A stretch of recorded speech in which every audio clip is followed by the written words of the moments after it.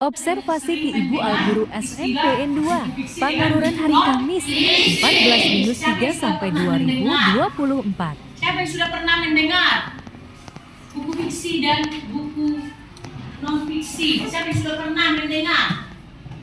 Tanyalah, karena begitu. Ya oke. Kita sudah sering mendengar buku fiksi dan buku non-fiksi. Apa itu buku fiksi? Siapa yang bisa? Apa itu buku fiksi? Tujuh tangan yang bisa. Buku fiksi itu apa? Ya. Buku fiksi adalah buku yang berisi tentang kehidupan secara fiktif dengan penulis atau pengarang isi buku bersifat imajinatif atau khayal tidak nyata. Iya, berasal dari fiksi. Fiksi itu cerita rekaan atau hayalan. Buku yang ditulis berdasarkan daya hayal atau rekaan penulis, bersifat imajinatif, tidak benar-benar terjadi. Ya. Sedangkan buku non fiksi apa? Siapa yang bisa?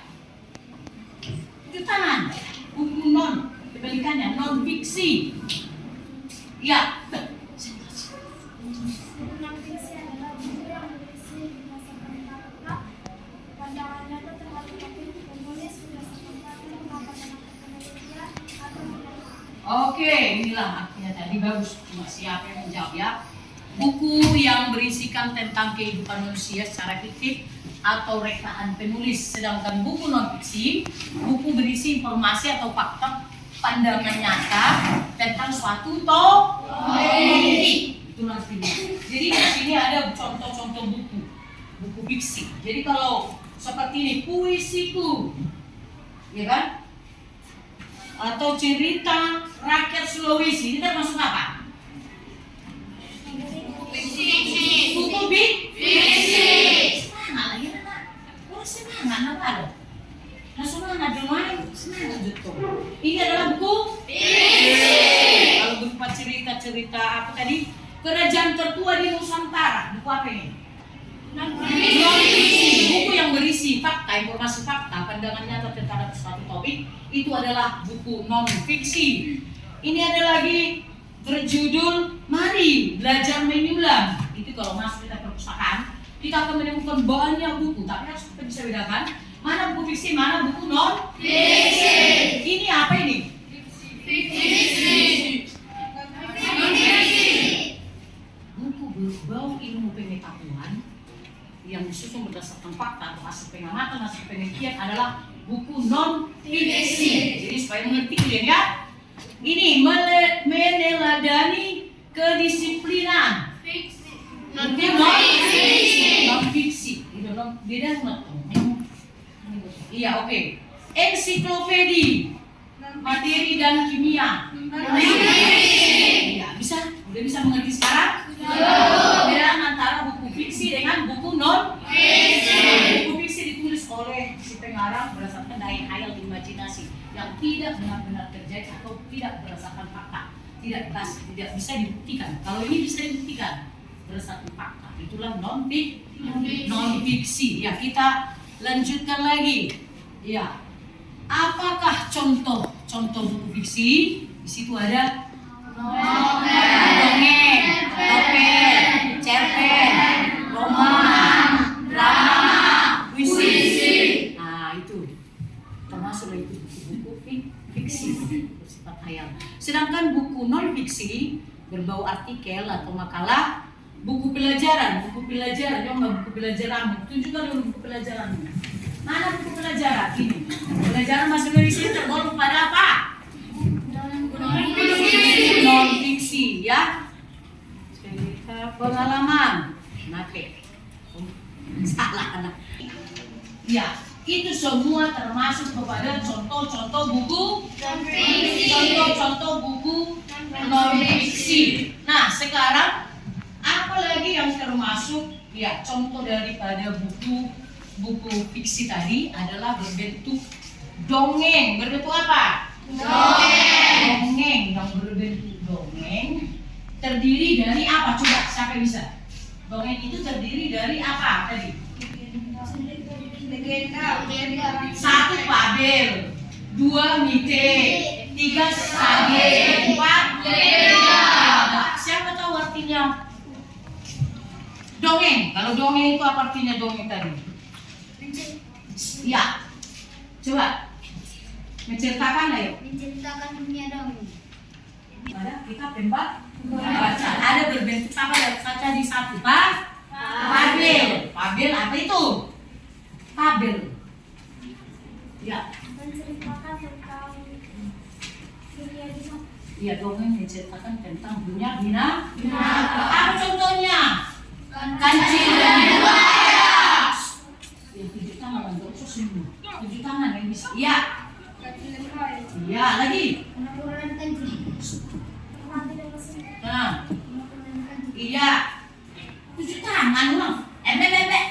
Jangan pikir berpikir berbicara seperti manusia. Manusia itulah berbentuk Fabel. Tapi ada tujuannya.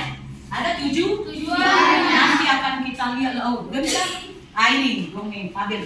Kedua adalah apa? Atau mitos. Siapa tahu artinya? Mitos atau mite. Hanya sih. Iya, menceritakan tentang dewa-dewa atau roh atau makhluk halus, ya kan? Iya, ada peri-perinya, ada jinnya, ada hantu-hantunya. Itulah disebut dengan golongan dongeng bentuk mite atau mitos. Contohnya apa? Hidul, bidadari dari kayangan. Sage, dongeng tentang kepahlawanan seseorang dalam menumpas suatu kejahatan. Contohnya Cakatingkir, Jakataruk, Lutung, Kasarul. Itulah bentuk apa? Bentuk sage, legenda. Dongeng tentang terjadinya suatu atau tempat yang dihubungkan dengan fakta yang sudah ada. Terjadinya Danau Toba. Tahu kan ceritanya kan? Malin Kundang, Batu Menangis, apa lagi? Batu Tuan Mula Jari Nabulun, ya kan? Aja Jari di Portigo. Itu cerita rakyat dari setiap daerah ada cerita rakyatnya. Ini contoh-contoh kumpulan cerita rakyat. Bisa kamu baca nanti di mana? Cerita rakyat di mana? Di buku. Bisa dengan meminjam buku dari mana? Tapi kan sudah sering menggerakkan literasi supaya banyak yang baca buku-buku dari perpustakaan. Karena tidak mungkin kata ibu guru menyampaikan itu semuanya di sekolah ini, ya kan? Kamu harus aktif membaca, meminjam buku di perpustakaan. Iya, mengundang tawa contoh lebay malam. Oke. Sekarang apa unsur-unsur cerita itu? Siapa bisa? Unsur-unsur cerita, tema, latar, alur, sudut pandang,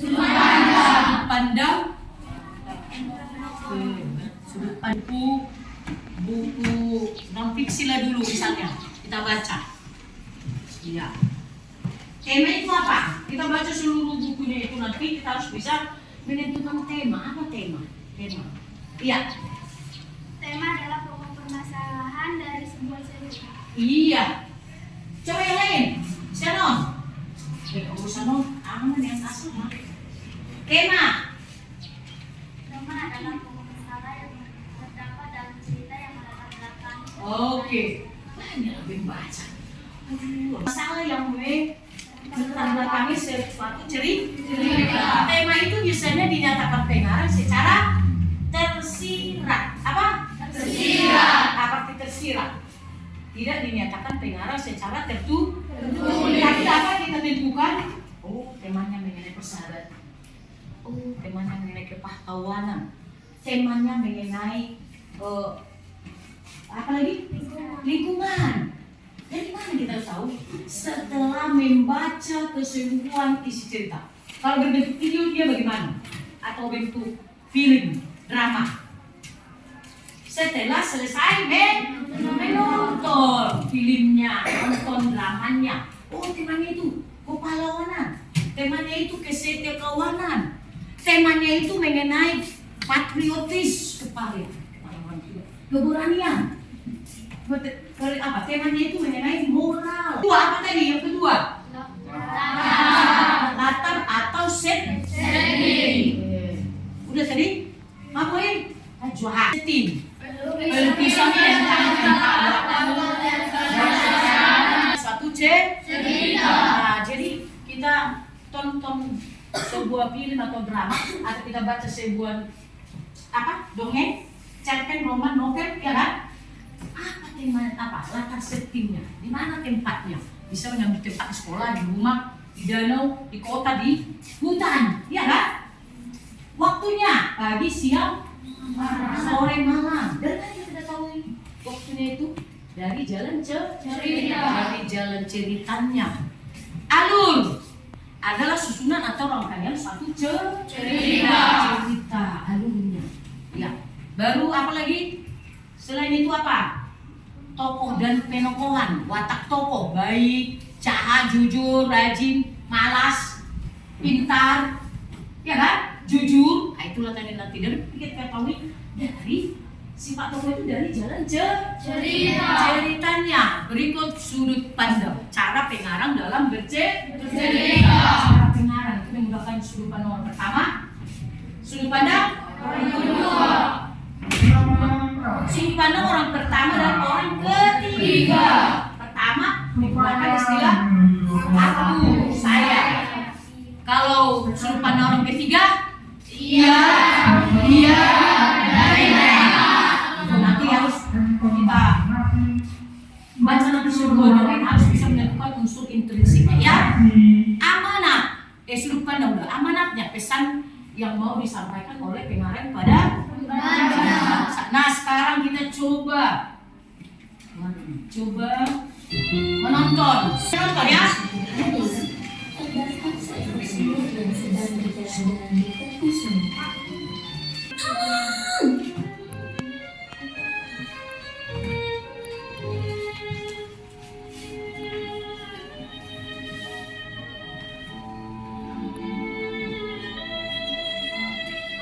Semut akhirnya pasrah dan hampir tenggelam karena sudah tidak memiliki tenaga. Tokohnya siapa? Tempatnya di mana?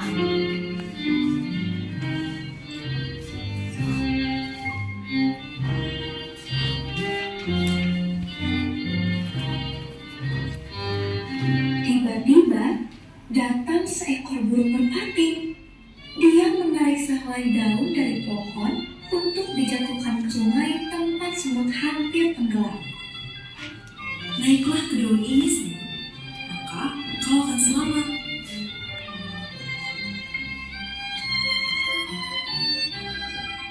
Dengan sekuat tenaga, semut pun naik ke atas daun yang dijatuhkan oleh burung merpati. Terima kasih, merpati. Kebaikanmu akan selalu kuingat. Beberapa hari kemudian, datanglah seorang pemburu ke hutan dan mengincar burung merpati untuk menembaknya.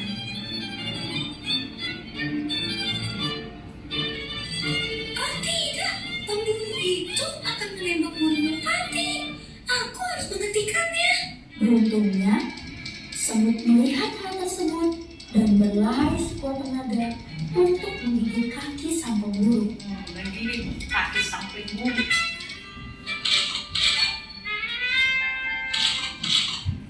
Karena kesakitan, sang pemburu melempas napas hingga mengeluarkan suara tembakan. Hal itu membuat burung merpati menyadari keberadaannya. Burung merpati pun terbang tinggi untuk menjauh.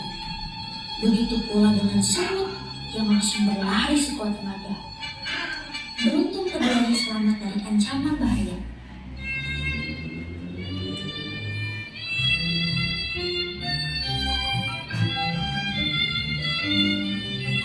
Terima kasih sudah menolongku, semut. Sama-sama. kita saling tolong menolong sesama. Mereka pun menjadi sahabat dan hidup rukun di hutan. Oke. Kau mengerti ceritanya? Ya begitu. Pertanyaan 7 tangan yang tahu ya? Iya. Apa tema dari cerita itu? Tema dari cerita si Merpati dengan sumur tadi? Temanya, pokok masalahnya apa? Canda. Apa? Kebaikan boleh, coba. Saling menolong, bagus. Coba kita satukan pendapat kita, saling menolong antara si Merpati dengan siapa? Si Merpati tadi bagaimana? Sebut menolong Merpati. Sama-sama jadi saling menolong, saling melakukan kebaikan, tahu berbalas, apa lagi? Budi, bagus. Jadi di tempatnya itu di mana? Tempat kejadian, tempat cerita. Di sungai, di hutan. Makanya pasang pilihan. Kalau kita menonton sesuatu, apalagi berbau pelajaran harus apa? Harus bagaimana? Sungguh. Ya. Kemudian di mana? Udah tadi latarnya. Alurnya apa? Alur apa yang digunakan? Maju. Dimulai dari perkenalannya tadi sampai ada konflik persoalan kan? Kalau alur maju dimulai dari apa hari itu? Perkenalan. Puncak ketegangan menurut penyelesaian. Atau istilahnya sekarang orientasi, komplikasi, resolusi, koda. Ya bagian akhir cerita. Itu maju. Kalau mundur terbalik ya. Dari bagian akhir dulu baru perkenalan. Itu alur mundur. Alur apa? Mundur. Kalau alur maju mundur apa itu? Di dalamnya ada alur maju dan terdapat alur mundur. Terus yang keempat, apa yang keempat? Yang keempat apa? Sudut pandang. Sudut pandangnya tadi apa? Sudut pandang yang digunakan orang ketiga. Orang apa? Ketiga. Karena yang dipakai istilah Merpati dengan tapi kalau pengarangnya menggunakan istilah aku, saya atau pengalamannya sendiri diceritakan, itulah sudut pandang orang pertama. Iya kan? Saling mengasihi mereka berdua. Iya kan? Begitu juga si Merpati. Sama-sama. Bagaimana dengan pemburu? Pemburu tadi datang mau menembak. Mau menembak apa? Mau menembak apa tadi? Iya. Apa tujuan amanat dari cerita itu? Amanat lebih pesannya. Pesan cerita. Apa itu? Ada pesan di cerita. Ya. Agar kita saling menolong. Iya, satu. Saling menolong. Lagi. Unang sisipang oto. Aktif mabaik kedah. Unang median ya. Kita harus membantu sesama orang agar Yang membutuhkan bertolong. Kan dari sebut tolong. Ya kan? Tolong. Akhirnya Merpati datang untuk menolong. Ya, tidak dibiarkan jatuh dan tenggelam dan mati. Ya, bagus. Itulah tadi termasuk unsur-unsur intrisi dari cerita dongeng tadi ya kan? Fiksi itu.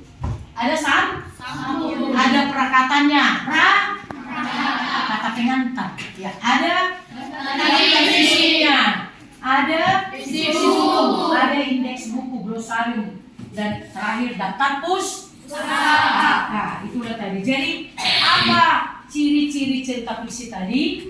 Cerita fiksi bersifat khayalan, ini perbedaannya.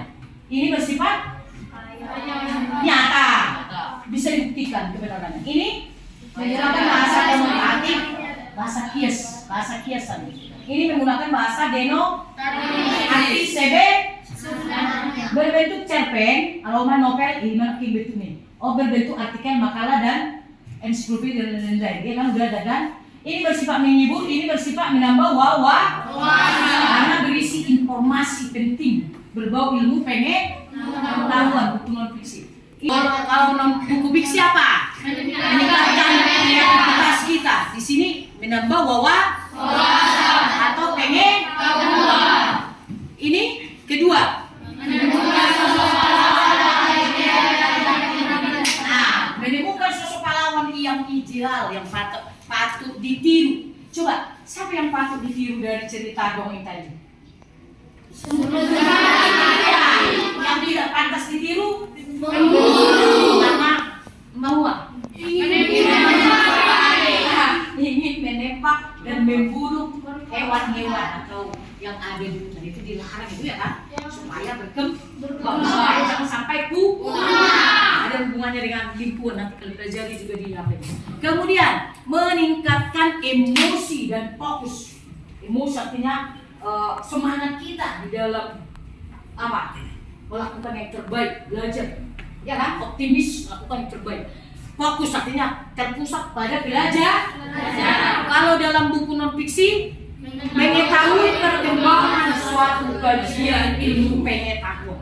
Dengan banyak membaca, ya kan? Pengetahuan kita semakin bagaimana? Semakin meningkat, semakin bertambah, semakin pintar, ahli, semakin kreatif, terampil, sudah.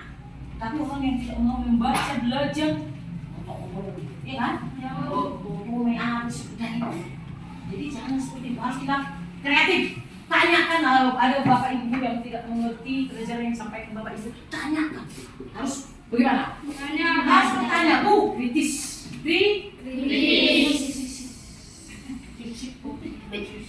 Ya kan? Prosesi kualitas. Oke. Nah sekarang kita belajar untuk menentukan apa? Menentukan unsur membaca dan membuat rangkumannya. Benar-benar sudah saya tugasi supaya bisa cepat, ya kan? Kelompok 1 7 tangan. Kelompok 2. Kelompok 3. Kelompok 4. Ya, coba bergeser bentuk kelompoknya pelan. Ayo, geser bentuk kelompoknya di kanan. Iya. Tema sampai amanah. Ini apa? Oh, judulnya. Oh, berarti menangis. Sudah ada kan? Sudah. Nah, tentukan apa temanya tadi.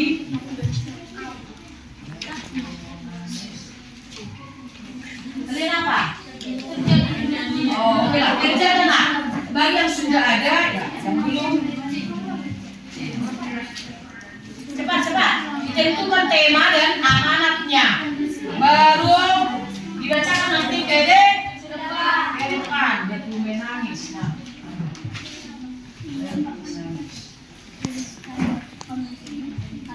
Oke.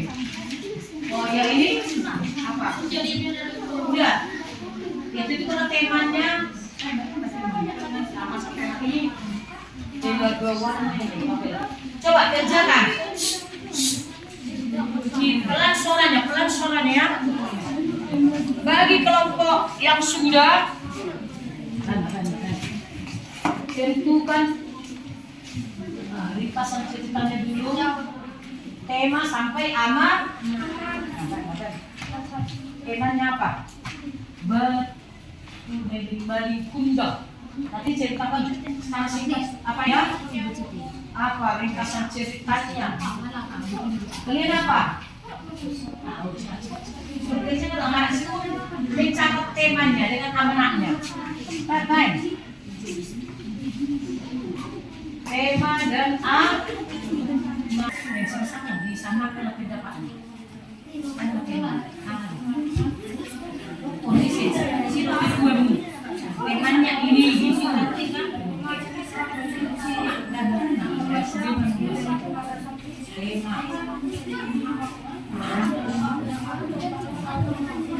Oh gitu. Sosok temanya apa?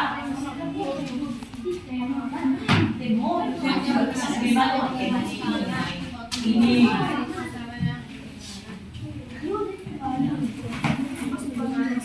Iya, cepat sampai kelompok yang sudah selesai langsung maju ke depan ya. Membacakan halaman kemudian Z. saya dulu saya itu supaya dicari saya. Namanya Bu di situ si kelompok 3, si ini Bu namanya. Marga, saya marga. Ya, itu dilihat nanti. Maka harus ditulis.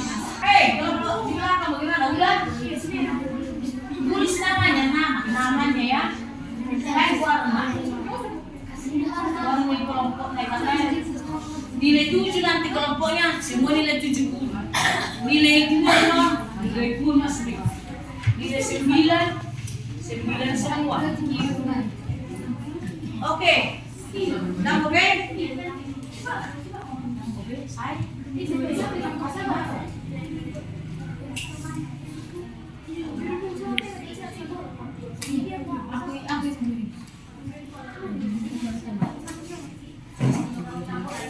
Ayo, siapa yang selesai baju ke depan?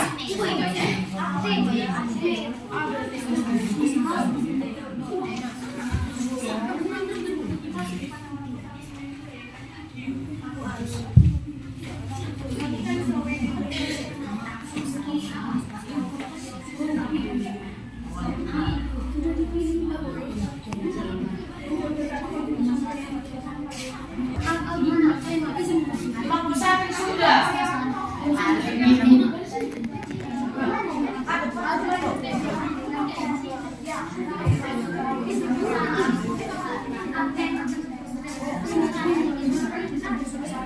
Tapi benda mana? Cocok dengan dia kan benar ini tema. Cocok jelas.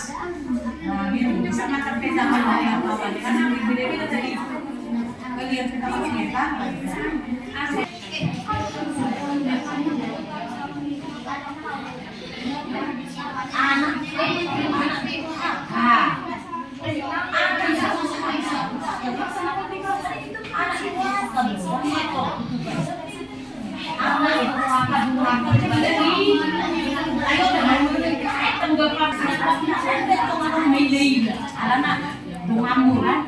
Mau sisip ko, baru kita pak.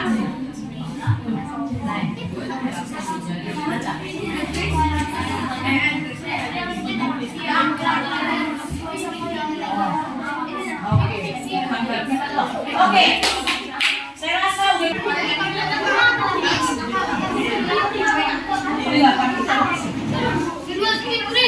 oh iya oke. Sekarang kelompok apa? Kelompok tidak ada tangan dulu kelompok apa? Awas ini video ya.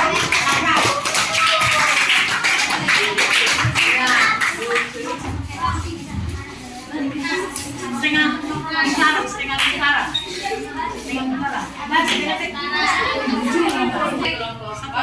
Ingin akan membacakan hasil diskusi kelompok kami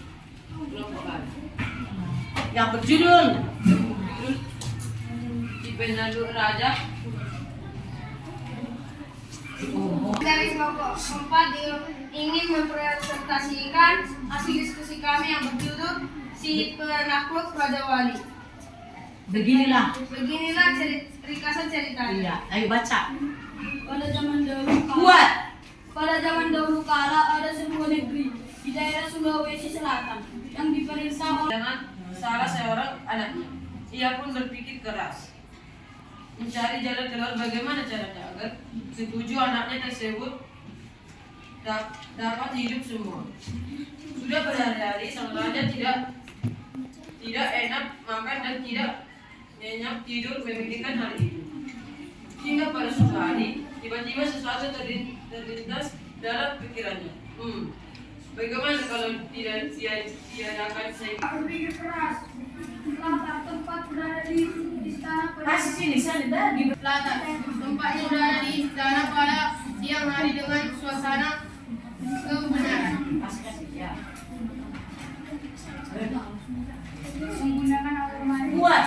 resolusi mengadakan sayembara untuk menaklukkan Raja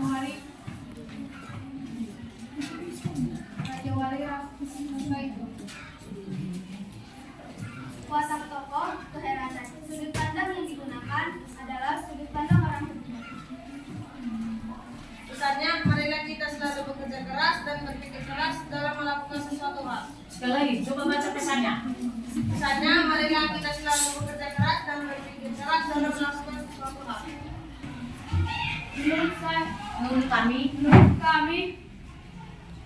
Menurut hasil diskusi kelompok ini sudah hasil bagus. diskusi dari kelompok satu kami sudah bagus. Hanya Hanya ada kurangnya saat di pembacaan. membaca, tidak penuh persiapan kalian itu. Sepertinya tidak semua tahu cerita.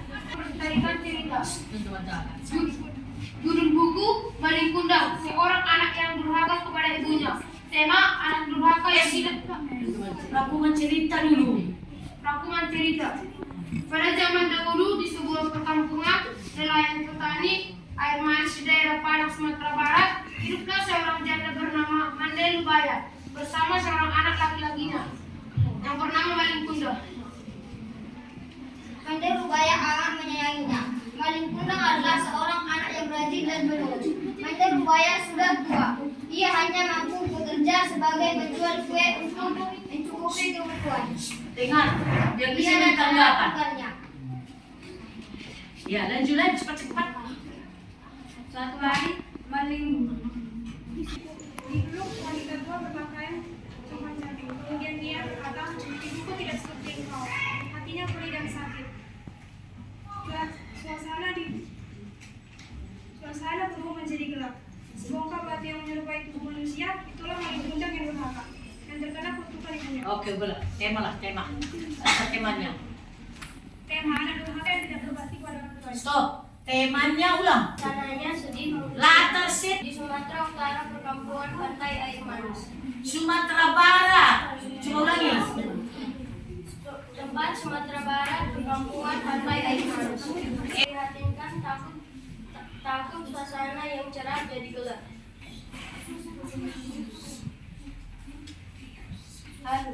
Alur, kuat. Menggunakan alur maju dari awal cerita sampai akhir. Kapan pada zaman dahulu. Pak. Observasi anak yang tidak mengakui ibunya karena Ini sudut pandang. kita harus taat kepada ibu kita dan kita harus mengakui ibu kita bagaimanapun keadaan atau penampilannya. Ya. Tanggapan dari kelompok lain. Ya, coba berdiri. Tanggapan saya untuk kelompok ini adalah cara membacanya kurang bagus dan kurang jelas dan sudut pandangnya salah. Sudut pandang tadi salah kan? Sudut pandang orang ketiga. Amanahnya bagaimana? Amanahnya tadi udah lengkap itu? Udah, Bu. Apa tadi? Coba ulang baca tema amanahnya. Dan apa amanat? Kita harus taat kepada ibu kita dan kita harus mengakui ibu kita bagaimanapun keadaan atau penampilannya. Kita harus berbakti kepada orang tua. Harus menyayangi orang tua. Bagaimanapun keadaan orang tua kita sayangi. Dari kelompok 3 ini Akan akan mempresentasikan hasil kelompok kami yang berjudul Legenda Batu Menangis. Legenda Batu Menangis. Tanya. Temanya adalah anak durhaka kepada ibunya sehingga dia dipukul. Apa? Temanya adalah anak durhaka kepada ibunya sehingga dia dipukul. Latar untuk setting di sebuah bukit tinggi. Tempat gitu.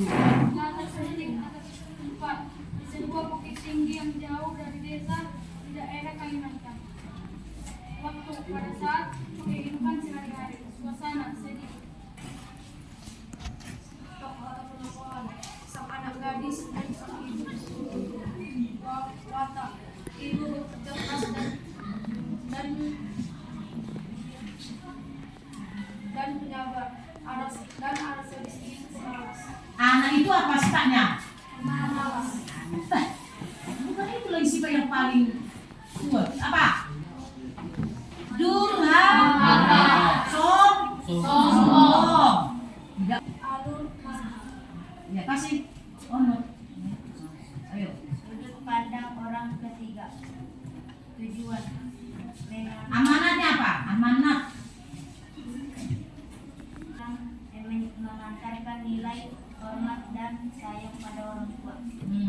Amanat pesan bagi keharusan seorang anak untuk berbakti kepada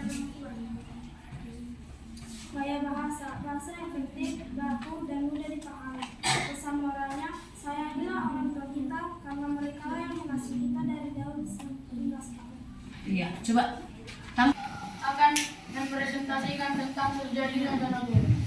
tentang dongeng terjadinya. Danau toba. Oh tadi Melin Kundang itu dongeng apa? Berbentuk apa? Tiba-tiba ikan yang dibawanya itu berubah menjadi seseorang wanita yang cantik dan berkata, Tuan, aku adalah seseorang yang mendapat kutukan dari dewa karena melanggar aturan. Aku akan mencobamu menyetujui permintaan tolong perempuan cantik itu. Mereka saling berkenalan dan akhirnya Toba jatuh cinta kepadanya. Toba pun menikahi perempuan cantik tersebut dan ia resmi menjadi istri Toba.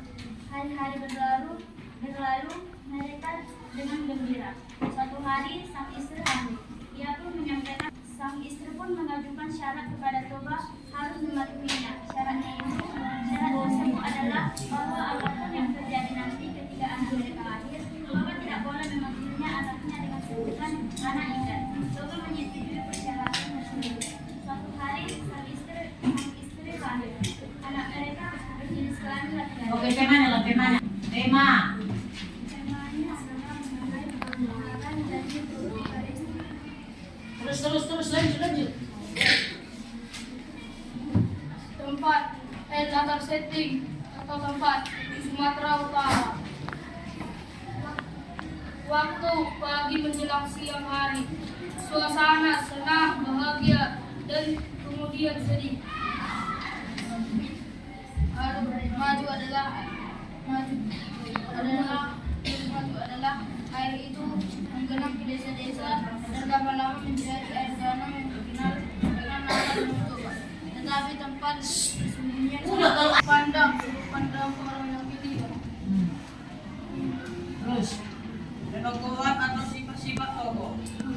Toba rajin bekerja keras, hobinya memancing, samosir, manja, rakus, dan pemalas. Ibunya baik, jeli karena Toba ikat janji, amanat atau pesan. Jika telah berjanji, maka wajib menepati agar orang lain tidak tersekat.